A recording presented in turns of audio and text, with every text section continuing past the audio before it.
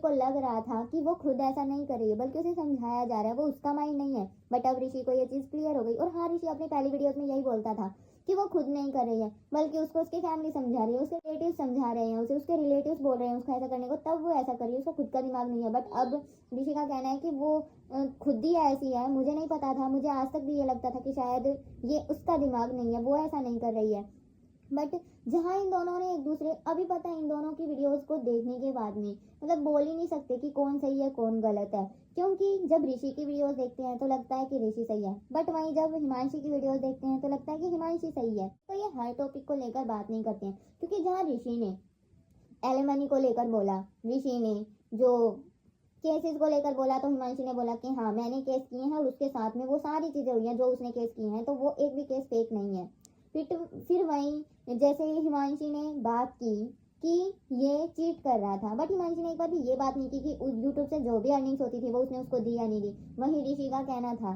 कि बोल रहे हैं कि भाई बहुत सारे लोगों ने भी कमेंट किए कि ऋषि का कोई पार्टिसिपेट नहीं था और ऋषि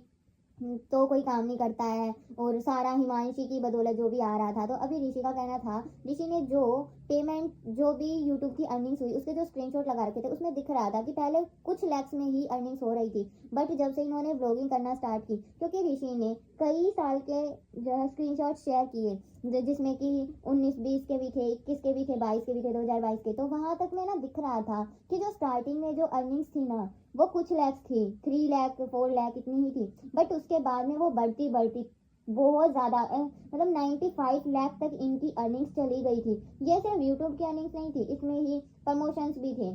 तो सभी चीजों की अर्निंग्स थी है। बट इनकी अर्निंग्स अराउंड 1 करोड़ के आसपास तक भी आ रही थी, उन्होंने हाफ हाफ होनी चाहिए थी, बट इन्होंने शेयर जो हिमांशी है इसने शेयर नहीं की, बल्कि सारी खुद रख ली और अपने पैसों की इसने एफडी करा दी। मतलब पता है इन दोनों की बातों को सुनकर सिर्फ यही लगता है कि इन दोनों का झगड़ा ना मेन पैसे को लेकर है। इनकी व्लॉगिंग्स को देखकर ना किसी को भी ये नहीं लगता होगा कि जो ये वीडियोस बना रहे हैं इसके पीछे का ऐसा सच है, मतलब इन दोनों के बीच में ऐसी डील हो रखी है पैसे को लेकर, बल्कि इनकी वीडियोस को देखकर ऐसा ही लगता था कि कितना क्यूट कपल है, रैंडम वीडियोस बनाते हैं और ऑडियंस पसंद कर रही है, मतलब कितना अच्छा कपल है, कितनी अच्छी बॉन्डिंग है, कितनी केयर करते हैं एक दूसरे की। बट पता है जो भी लोग व्लॉगिंग करते हैं ना सबका सच ऐसा ही सामने आता है, क्योंकि लोग जब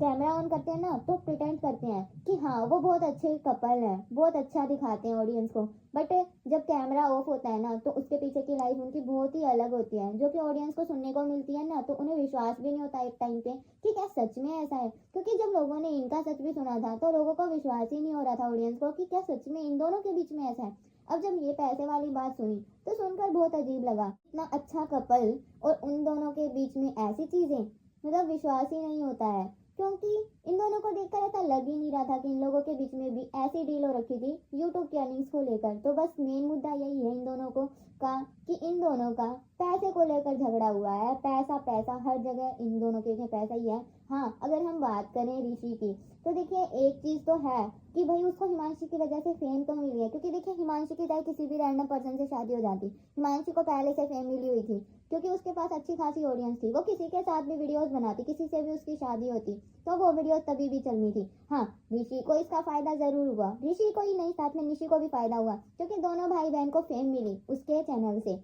बट हाँ ये तो है कि वही बाद में अगर इन दोनों की डील हुई थी तो हिमांशी को ऋषि को भी हाफ पेमेंट देनी चाहिए थी। बाकी गाइस आप लोगों को सारी बातें सुनने के बाद कौन सही लगता है कौन गलत लगता है? हाँ, एक चीज जरूर गलत लगती है कि जो ऋषि है उसने बोला हिमांशी को कि वो फिजिकली अटैक नहीं होता हिमांशी से, इसको फिजिकली हिमांशी पसंद नहीं है, इसलिए वो एक किसी और लड़की से शादी भी करना चाहता था, वो ओपन रिलेशनशिप में भी रहता था, तो ये चीजें तो गलत है। हाँ, बट बाकी सारी चीजें सुनने के बाद में गाइस आप लोगों को क्या लगता है, आप लोगों का क्या पॉइंट ऑफ व्यू, कौन सही लगता है कौन गलत लगता है, कमेंट बॉक्स में अपना ओपिनियन जरूर शेयर करिएगा। वीडियो पसंद आया तो वीडियो को लाइक करिएगा और चैनल को सब्सक्राइब करिएगा।